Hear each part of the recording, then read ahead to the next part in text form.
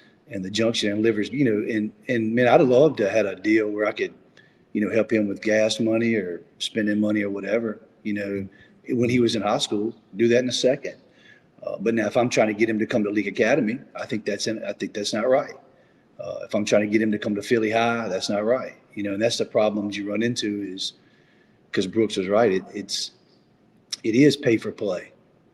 Everybody's trying. I mean, how can you get somebody else's quarterback? How can a team in the college ranks lose every starter? That's unacceptable. And, we think it wouldn't happen in high school, but there would be certain segments that people would take it to a limit that's, that you wouldn't think they would. So, yeah, it's like, you remember Jurassic Park when the T-Rex got out of the gate? You remember that? Yeah. You gotta have a fence up or the T-Rex is going to eat everybody. That's a pretty good analogy because, the whole trickle down thing, if you look at college sports, that's where it is. The T-Rex is out of the fence and there's no putting him back in there aside from killing the whole thing and flying away from the island and starting over. Yeah. Okay. Blow it up. Or, yeah. So, I guess what you're saying is that is sort of the fear.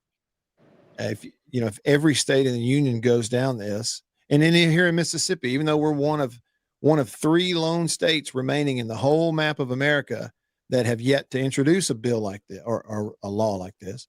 Yeah. We're saying, be real careful and maybe hold off. It's kind of what we're saying, right?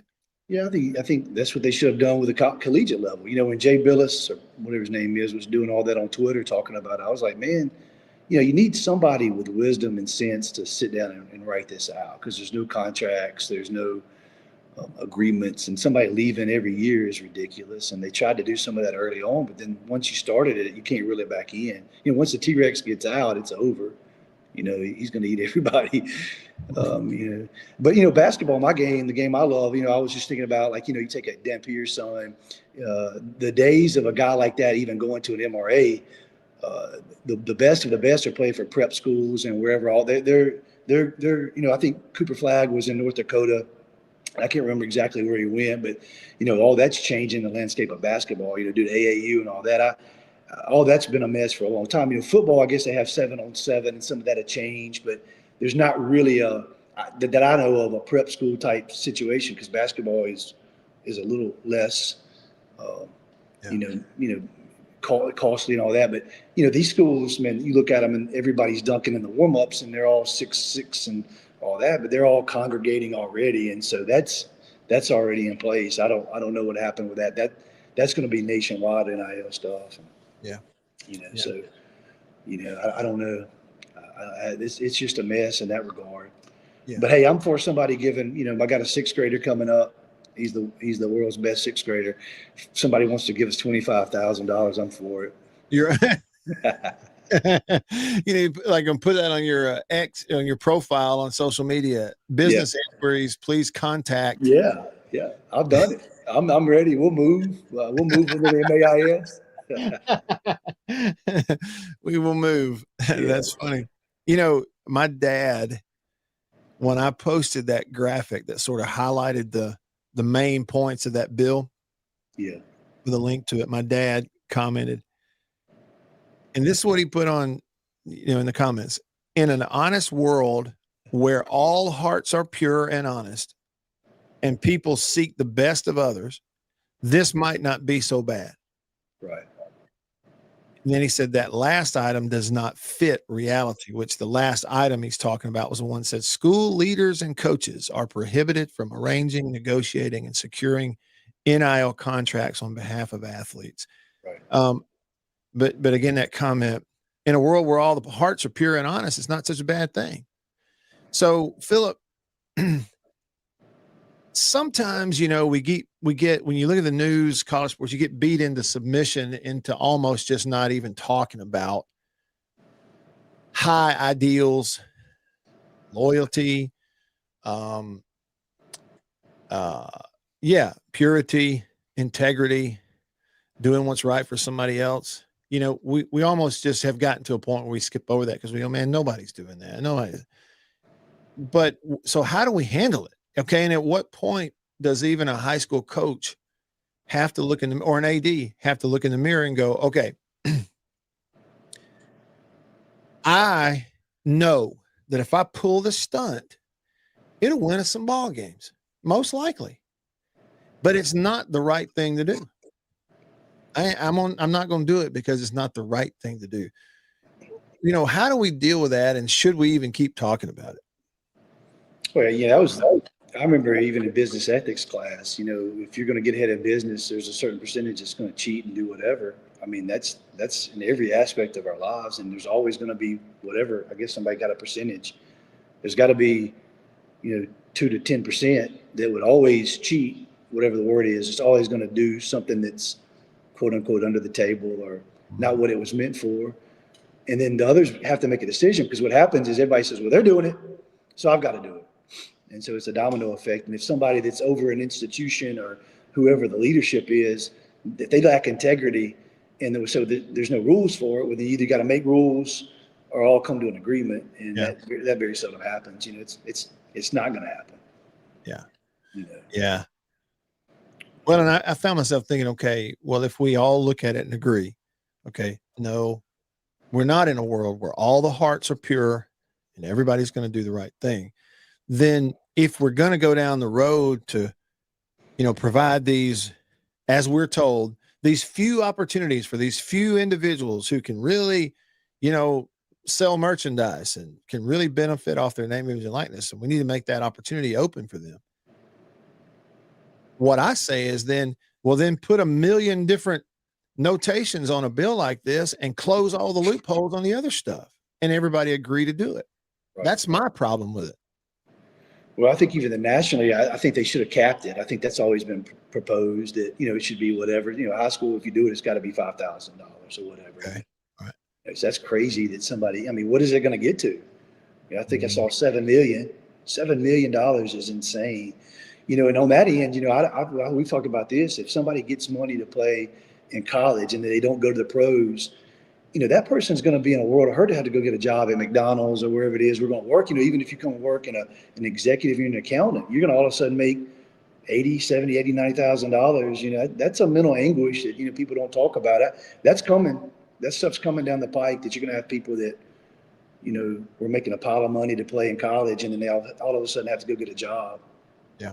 That's not an easy mental, you know, and I guess you say, well, it doesn't matter. It does. It's a human being. You know, the NFL tries to educate, you know, they try to have some form of education, but it's not happening at any level below that, you know, and people are going to hurt for it. Yeah.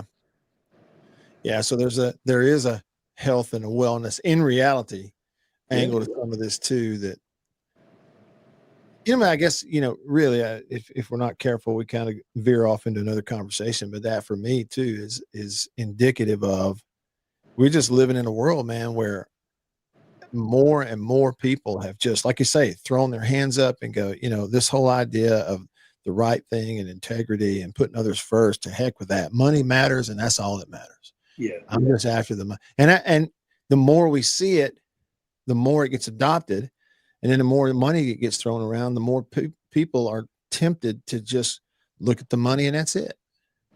Well, and, you know, raising kids, I mean, you know, people will say, well, you know, you don't need this, you don't need that, or whatever. There's not anybody that doesn't need $100,000 or $50,000. But what I tell my children, hey, you know, you play it for the love of the game. you play it for free. You know, that was the old adage we grew up on. You know, even the pros, you know, if you find somebody pay it for free in their heart and then they get paid for it, you got an okay person. Yeah. But if it's reversed, you know, you're gonna have somebody you're gonna have trouble with them. That's right. And so that's lost somewhere. I don't know. I mean, man, dude, I don't know. I love the game. You know, I just enjoyed the camaraderie and playing it. So it's sad that it's kind of taking that turn. Yeah. Well, and are there any redeeming qualities of, you know, an environment like that, especially if, let's just be real. Okay. If somebody were to say to us right now, if they were to jump into this conversation, if we were having coffee at the Junction Deli and they plopped down next to us and said, hey, but listen to this. And they go, it's already happening.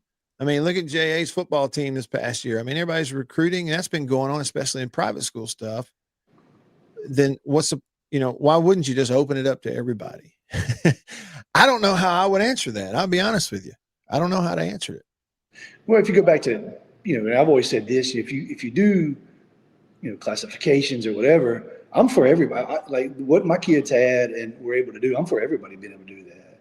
You know, if somebody gets the opportunity, the only thing I was always said is, you know, you have to have some kind of rules in place, you know, because you get a hold of your team and all that, you can't go down and play somebody that didn't. I mean, there's rules and regulations on that, you know, the integrity of the institution would be in an agreement that, hey, if I can help somebody, sure, let's help them. But if I'm going out and filling spots, that's two different conversations.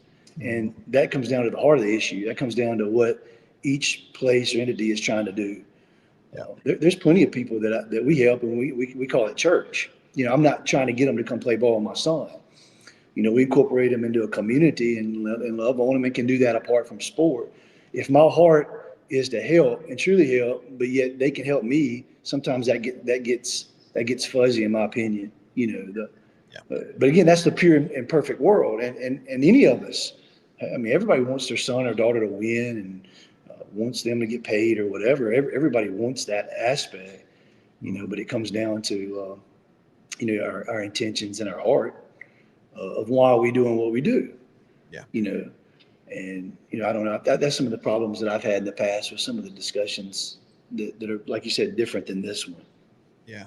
But oh boy, I mean, the whole why are we doing what we're doing? You know, Philip, like I, as much as anybody, have had, you know, the times in my life, especially when I was coming up and playing ball, where that's all I could think about. Okay. And I'll be honest that for a whole lot of my education coming up, the reason I made halfway decent grades is because, one, I had parents who, they weren't always nipping at me and all, but they made sure I was being responsible and not being a slacker or being lazy with it. But two, you had to make grades to play ball. Okay. And that's what they meant to me.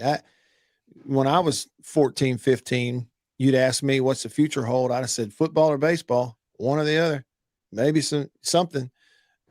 I would have never mentioned a job or a career, or I wasn't thinking about it. Okay. So I'm right there. It's all I thought about. I was eating up with it, just like everybody else who's ever really, you know, played ball or loved it. But now, okay, here I am all these years older, and I did have the chance to play in college and get my education paid for in college. And I look back on it and I go, what's the purpose of all of it?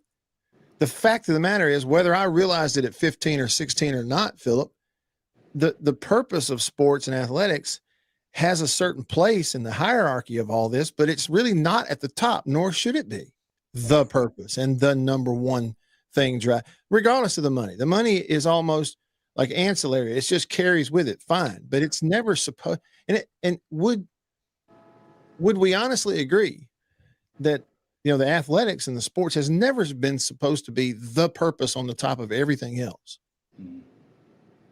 Oh yeah, for sure. Yeah, absolutely. I mean, but we know that in the culture that's changed, and it's tough not to enter into it as a dad that had kids and all that. Not in every aspect of basketball. It is a seedy, dirty business. Like the AAU, something, all that stuff it's rough, and it is a business, and it's tough not to get into all that, you know. And you know, you make those decisions. You sometimes sacrifice things for that both ways. And, I think, you have to determine, for yourself, which path you're going to take. But like going back to my children, just teaching them, the whole aspect of life and what's important, what you're chasing after. But it goes back to every layer. If a kid is receiving $100,000 to play football and somebody's alongside them, educating them about how to manage or how to do that money, it is fantastic.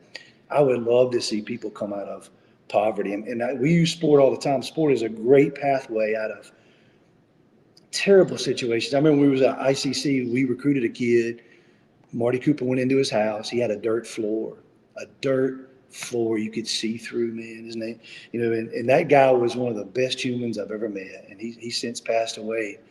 But he got out of that misery because of it. And he didn't really get a dime. He got an education. He met, like going on what you talked about, he met good people. He networked. He ended up getting jobs because of it. But if that guy could have gotten $50,000 or whatever, and somebody could have helped him with it, man, I'm 100% for that. But if you're not, if you're doing it just to get them to use them, that's wrong. That's all I'm saying. Yeah. In a perfect, like your dad said, in a perfect world, man, you just want somebody to teach that dude, hey, man, don't go buy 2 cars. Don't go blow it on whatever, and you're out of your money in 1 year. So if you set that up in an account and they make money and you teach them about compound interest and all that, man, hey, look, that's a better world. Yeah. But unfortunately, we don't live in that world. And so that's why you would need rules. That's why you would need things in place that somebody a lot smarter than me, would have to implement. Yeah. Yeah. Yeah. Flesh it out a little bit more. That's when I looked at the map, I did find myself thinking, man, I hope that our people don't feel pressured to pass this on through simply because we can look at a map and go, oh man, well, Mississippi is only one of 3 states that have still held out on this thing. Mississippi, Alabama, and one others. All the rest have. Let's don't feel like we're pressured. We got to go ahead and just sign everything and pass it right on through simply because others have done it and we haven't. That's kind of one of the hopes that I have in it. Yeah. I'm a big believer in finding, trying to find somebody who's doing it right and then go study and then do that. I mean, somebody's got to be doing it right somewhere. Yeah. Yeah. That's how I feel when I drive by one of those junction delis. Them sausage dogs are getting ready for lunch. Yeah. I'll show you how to cook them up, man. That's it. And how to hit 3-pointers. So I didn't realize that, Phil. I always knew that you were a great player.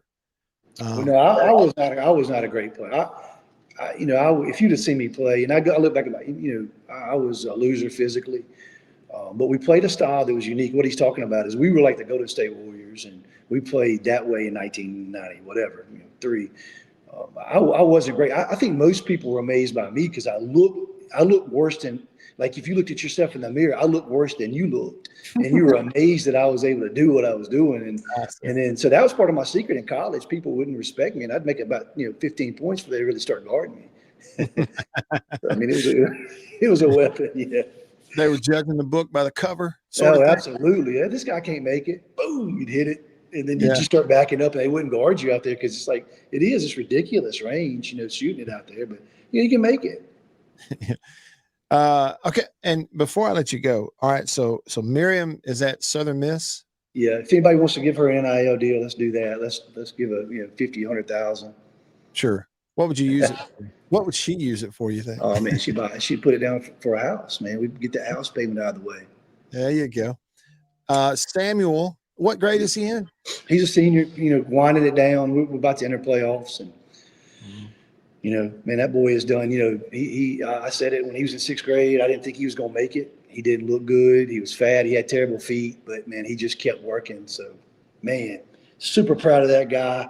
He proves to anybody that if you work hard and you get in the gym, and there's as the junction, there's a recipe junction for that junction recipe to get better. He did it, man. He did. Hats off to him.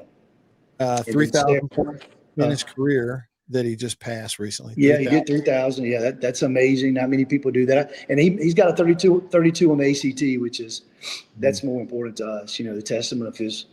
He got his mom's brains, man, and he's a smart basketball player, man. That's what I love about him. He's super smart. He understands the game, and as a teacher and a person that coaches the game, there's nothing better than somebody that understands it. really gets it. There's athletes and people that can do all kinds of things that are marvelous and beautiful, but when you understand how to get somebody open or how to get yourself open, man, I call it the beautiful game. Yep. I've seen you comment that way. And then is it Sarah? Yes, Sarah's in 9th grade. Yep. Ninth grade. Fantastic. We beat y'all school up there, Tupelo, 7-8. Mm-hmm. Yeah. We only got about 150 kids in the whole high school. And man, just Coach Hatch is a wonderful woman, and just, man, they play defense, man. They just guard your eyes shut, and they're prolific 3-point shooters. And so if we shoot 30% from the three, we can whip anybody. We're gonna jack them up, man.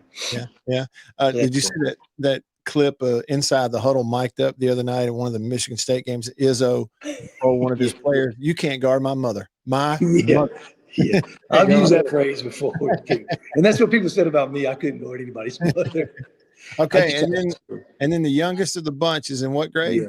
He's in 6th grade. Yeah, Remind me a of his lot name. more. Huh? What'd you say? Remind me of his name. Andrew. Yeah. We call him the Hulk. He painted himself green during COVID, so he became the Hulk. But he's the most skilled and the best feet of all the kids I have. If he works like the other ones, he'll be the best. He'll be the best one. Sometimes the youngest ones are, but you told a story about him one time that it endeared him to me. I did one of the same things. I used to tell the same story, but first it was, you told me a story of you went on vacation and he hadn't brushed his teeth, and he said, "I don't have to, I'm on vacation." Yeah. But the other one was, where were you going? And he didn't pack anything. Oh yeah, we went to the beach and we get there. He says, "Mama, I left all my gear." So we went to Dollar General and bought him all the stuff, man. He's hilarious. People say he's a mini me in the sense that, I mean, he is. And of all my kids, I rate, because I had a chip on my shoulder, and so I was borderline arrogant. Like I was borderline like, because I had this rage monster in me. It's not good. It was the flesh, and Paul and in the flesh and all things Jesus. So I raised all my other kids. Don't be like me. Don't be. But this one, the last one, he's gonna be. I may have to reel him in. He's got a little bravado. He's got that. His blood will get up, as they used to say, like back in the old days. Yeah, he is a funny dude. But he's not. He's a good kid. He's not like rode all the way to the beach from Philadelphia. Yeah. And got down there and said, "Hey, I didn't bring anything." And man, he unpacked his bag the other day, and he said, I said, "Did you brush your teeth?" And so he'd been with a kid. He'd hung out with another kid over Martin Luther King Day, and he's digging around in his bag that he packed a couple of days before, and he pulls out his toothbrush. I said, "Dude." I said, "Have you not been brushing your teeth?" I said, "I'm okay, Dad." He got caught. He got caught right there. Just toothbrush in the bag. He gave me some kind of lie. Yeah. That's great. Yeah. Well, all right. Look, about out of time. I appreciate you hopping in here too, Philip. It's been fun. We'll do this again soon. Now that I know what button to press, I texted Brooks too and told him, now that I know what button to press, we can avoid the echo. It was rough there early on. Kind of like started the first quarter. We were down by 12 by the time they blew the whistle in the first quarter. But we figured it out, and we'll do this again soon because we can do it on live radio too. And I just appreciate you and appreciate your thoughts. Give me some time here on a Thursday. Always fun, man. Yeah, you too, man. All right, see you soon. See you, brother. Bye. That is the Godfather, Philip Prince. And I appreciate y'all tuning into that. As I said, we don't have the typical radio show today. Today's stream only. Okay. Beaver not feeling well, so we got to get him back, and we will get back on the regular radio show. I did get a text message from White Denzel on the Country Pleasing text line who watched the live stream, and when Brooks was on, he said, "Look at that bald head." See, I should have taken my hat off when we had Brooks on here too, so we'd have two bald guys. He said, "Great to see Brooks. Took time away from eating chicken nuggets to grace us with his presence." Well, in his birthday celebration, they've been celebrating his birthday for like 4 or 5 days because he turned 50. I don't know if you knew that. He's a young 50 though. And also to those on the live stream, hey to you on Facebook, YouTube, and on X, to get into some of those comments that we didn't talk about a minute ago. Sven commented on YouTube and said, "College sports are near dead. High school will follow soon if we don't put binding federal rules on that." And I guess maybe it is why they're asking Congress stuff, because you got to have some sort of jurisdiction to rule on some of this stuff, I guess. Jared, I did see this. If only we had a children's hospital like Louisiana. Yeah, to launder the football pay-for-play money through that. Is that guy still in jail, or did he ever go? I would like to know. Let's see. Jared commented on YouTube, said, Matt, I know interviews haven't been a part of your show, but once you got everything worked out, very enjoyable, professional on the live stream. Look forward to more in the future. Well, I appreciate that, Jared. We'll do some more. Yeah, now that we got it figured out, we'll definitely do some more of that. It's just one little button on the audio channel, and it says cancellation, and that was all it needed. That's all I had to do. And now we got it. Makes sense, right? And then Lewis commented on YouTube. He said, on one hand, teaching kids to idolize the money even more than already is going to bite them. And yeah.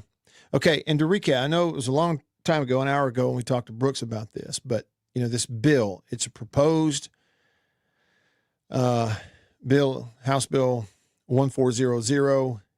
You look at it, it probably needs a little bit of work, but the high points being that, high school athletes, they can earn money for the name, image, and likeness. It will not be contingent on performance, statistics, or participation. Money was not to be offered as an inducement to enroll or transfer to a particular school. It's available to public and private. It would cover both.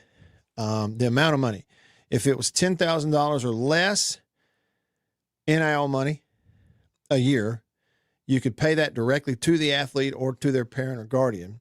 If it was more than $10,000 a year, it would have to be deposited into a trust, and you'd give it to them on graduation or when they turn 18 years old. And then the final major point, school leaders and coaches are prohibited from arranging, negotiating, or securing NIL contracts on behalf of athletes. And, if I were to read you some of the comments when I posted those points on Facebook, you might get a kick out of it. Robin said, as to that last rule, I say, yeah, right.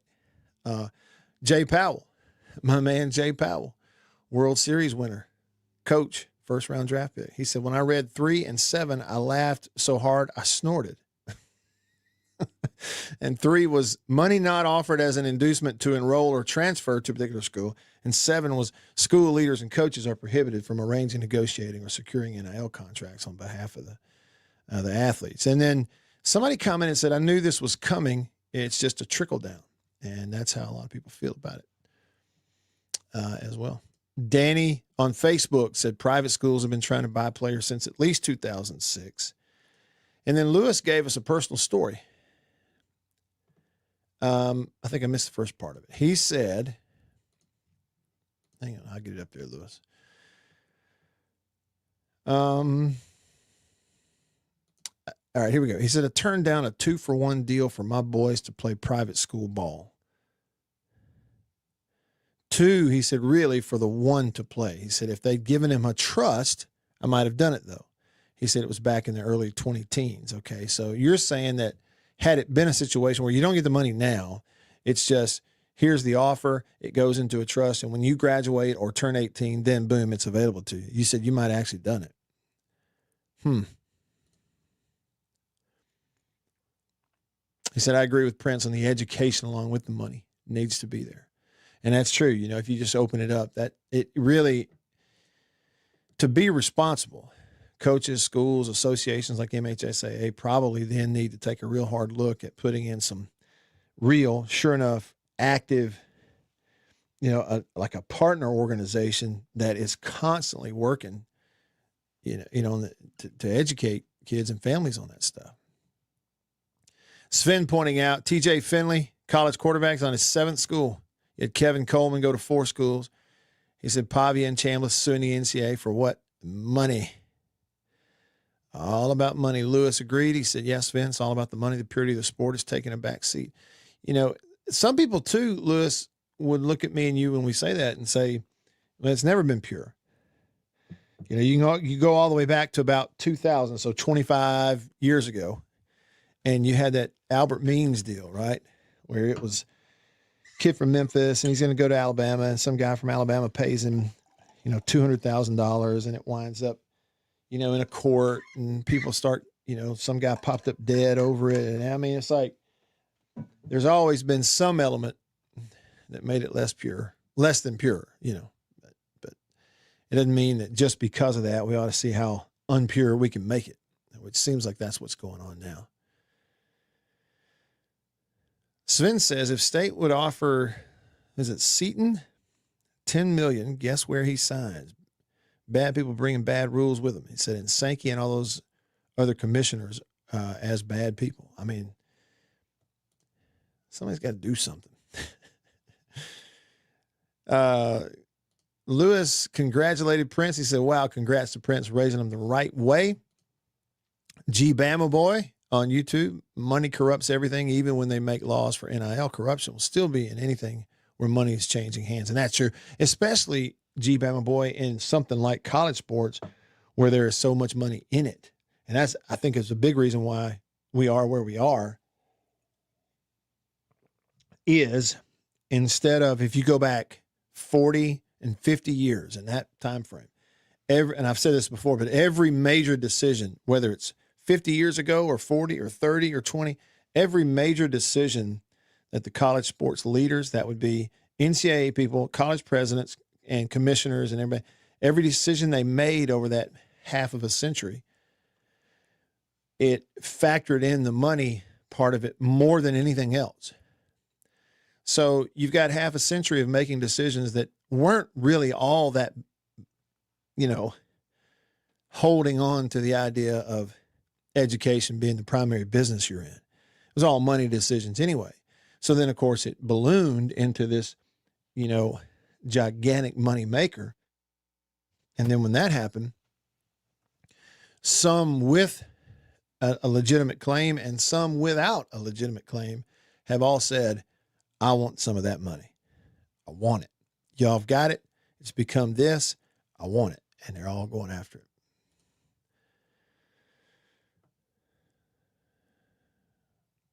Is that what it's called? Sven said it was called Lady of the Lake Hospital in Baton Rouge.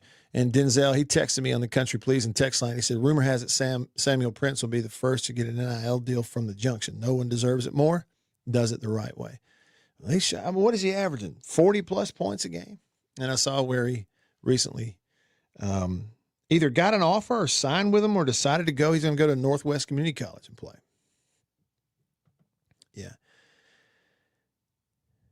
Hey, and RS Sports, he said, G Bama Boy, what are your thoughts on Charles, I hope I'm saying it right, Bediako rejoining the basketball tide as early as this Saturday? We covered that some this week, and I can't speak for him, but, it's a bit asinine. And, again, it kind of it goes over to, there's certain things that a court might rule you can legally get away with, but it raises the question, should you? Should you do that? And I guess here's what I'll do. I'll leave you with this. On that note, I'll leave you with this, if I can find it. There was a post, from the College Football Nerds guys, and on X. And this was in response to the idea that came up from UConn athletics director David Benedict in regards to this thing at Alabama where they're signing and playing a G League player. He's had 3 different NBA contracts. And they're going to play him for Alabama this week. And, he was saying, if we legally can't control or impose NCAA rules in terms of who can play and who can't based on legal decision, the NCAA still has the right to determine what games count towards the NCAA tournament. So he's and we covered that. He's basically saying, well, look, maybe a court can say that Bama makes him eligible, but the NCAA has to say, if you play this guy, your team is punished. You can't play in the postseason. Okay, well, the guys at College Football Nerds, who they're really sharp, and they do a really good job, said this. it's laughably ignorant from the UConn AD, and they based it on this. They said the Tuscaloosa State Court ruling about this Bediako eligibility includes a provision prohibiting the NCAA from, quote, threatening, imposing, attempting to impose, suggesting, or implying any penalties on him or the University of Alabama. The NCAA is effectively a trade union. It's not a government entity, and it has no statutory legal basis to exist. That means the NCAA is beholden by any law or legal ruling, even at the state court level.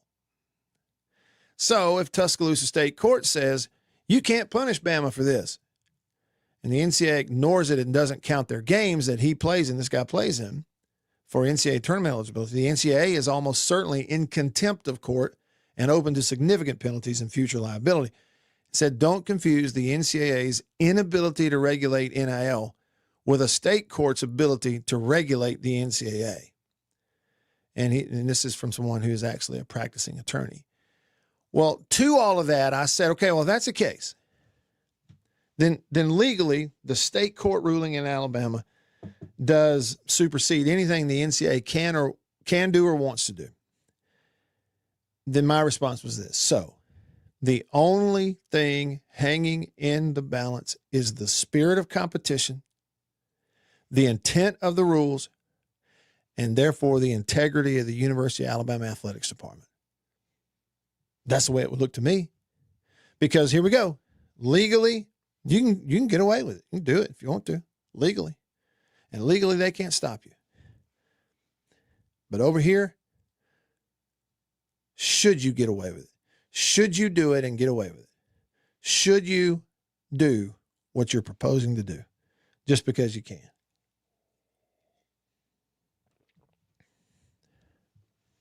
It's actually, I think you have to consider it. And, look, we may be at a place now where the question of should you is not considered. Nobody's going to consider it. Maybe we've reached a point where the only single solitary thing that even matters just a little bit to the administration at a school like Alabama, to the boosters at a school like Alabama, the only thing that matters is, do we win a ball game? And if that's the case, you just have to admit that maybe, just maybe, we've all kind of fallen just a whole lot farther than we realize we have. Hey, look, I appreciate y'all for being here today for a live stream only show. Enjoy the interviews. We'll do that again soon. Thanks for being here, and we'll see you tomorrow. After these messages, we'll be right back. Hey y'all, Matt Wyatt here. Each week on the Mississippi Outdoors Podcast, we talk with the people who live it. Hunters, biologists, game wardens, local celebrities, and storytellers that know Mississippi better than anyone. Those bass come up there and attack them. You know how mean bass can be there. You're never going to believe this. Matt Wyatt just talked about your deer on the radio. I said, what did he say? He said, it was Photoshopped. And I said, what? They don't know anything about hunting. They just have never had that right, that freedom. Dude, that's us, man. That's what we do. So tune in, be inspired, and we'll see you outdoors.